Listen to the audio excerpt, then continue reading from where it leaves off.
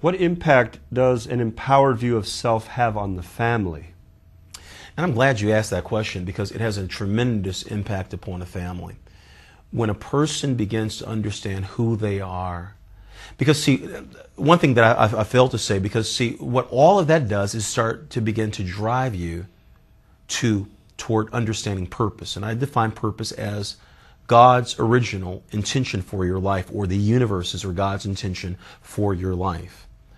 And so as I begin to know who I am as a spiritual being, then I have to know that life is not about living 75, 80, 90 years, and so I can have a yacht on the Pacific, or I can drive my Maserati, or I could be able to have, all those things are nice. Trust me, they're really nice. But life is more than that. And when you understand that you're a spiritual being, having a spiritual experience, that begins to drive you then, okay, if I'm spirit, made and created in the likeness and the image of God, I have to fulfill a purpose for God and what that's about. Now, how does that impact the family? Because then we begin to understand our family also has a purpose. You know, family's not together because guess what? Boy, I found a beautiful woman, and God, she's so adorable, and I want to marry her because, we'll make great looking babies. Or as, a woman sees a man and says, oh gosh, look at him. He's just a hunk. He's 6'4", tall, dark, and handsome. The reason why people are married is for purpose. The reason why God brings people together is for a purpose.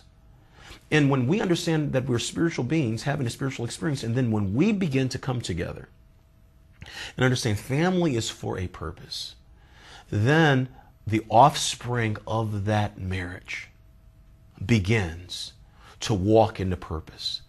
That family then begins to make a difference within the society in which they live. The reality of the fact is that the reason why things are the way they are in the world is not because the church. People will complain, oh, the church, if churches would only do.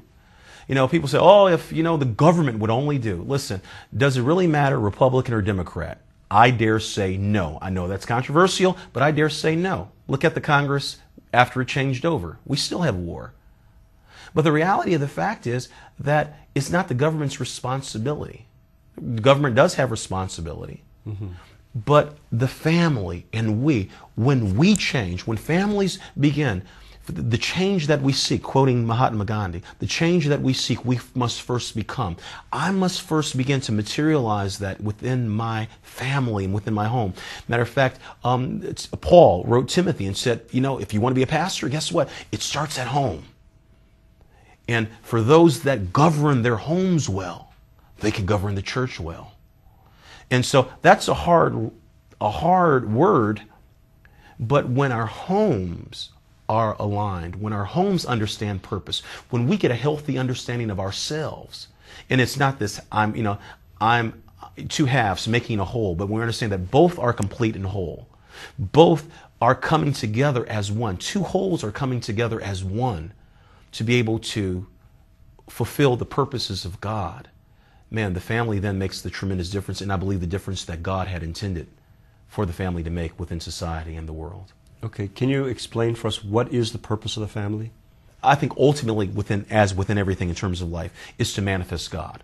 When you say purpose, there are books, you got 40 days and 60 days and all this to be able to find purpose and all that. And I say, no, you don't. All you need is 2 seconds to know the ultimate purpose of God is this, that God seeks to manifest himself in us and through us, even as us.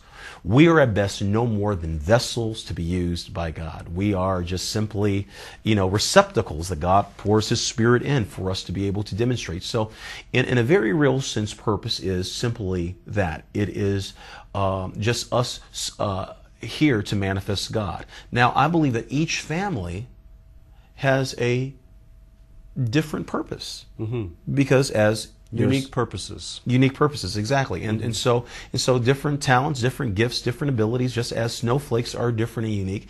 Different families are all different and unique, but yet, and I believe that's where the family has to, grapple with to be able to come and surrender, to be able to understand then what is our purpose, what does God have for us to do. Each family has to discover that for themselves. Yes.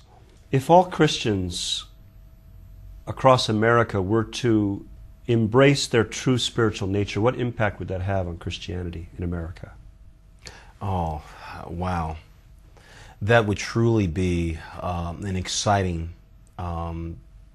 event. I really believe, I mean, you're talking about the second coming, so to speak, proportions as far as that is concerned. Because we would really be making a tremendous impact and difference within terms of society. In the Christian context, oftentimes in traditional and even non-traditional circles, talk about the kingdom. It really becomes then the kingdom being manifested, the presence of God being manifested here on this earth, and people being ministered to. I believe peace would be achieved, as peace is possible. Because as I shared, I believe on the previous episode, that we've got to be the change that we seek. And when we allow ourselves to be changed as relates to peace, and we become peaceful in our relationships of life, then guess what? Life then reflects who we are. So that would be a very powerful thing, which would be unprecedented within terms of course, human history, as far as that is concerned, because even within the great laboratory of the United States, and this great experiment of democracy, and many religious groups coming to the country, Protestants coming to this great nation, they came and they brought their various views and their various sects and doctrines and dogma, and that they never could seem to get quite together as far as those things. And it becomes this, though, the standpoint that I believe that it's going to have to come to a point when we really just come along and says, what would Jesus do? A few years ago, I was really challenged when I was going through my epiphany, that I began to just teach upon the teachings of Jesus. I says, let me find, ultimately, what did Jesus teach and what did he believe? And I went straight to the Sermon on the Mount, the Gospel of Matthew, chapter 5, 6, and 7. And I just literally preached and taught that this is what the essence of Jesus' teachings were. And I believe that if we would focus upon the essence of what Christianity is, that is possible. And it would be just a tremendous thing without all the denominationalisms and the doctrines and so forth. Okay. Well, Reverend Keith Russell Lee, on that note, I want to thank you so much for having been our guest again here on The Defining Moment. It's really been a pleasure for me to have you here. Thank you so much, Bret. Thanks for coming. You've been watching The Defining Moment for Creating the Culture of Conscience. You can find us on the internet at www.definingmoment.tv. Thanks for watching and have a great day.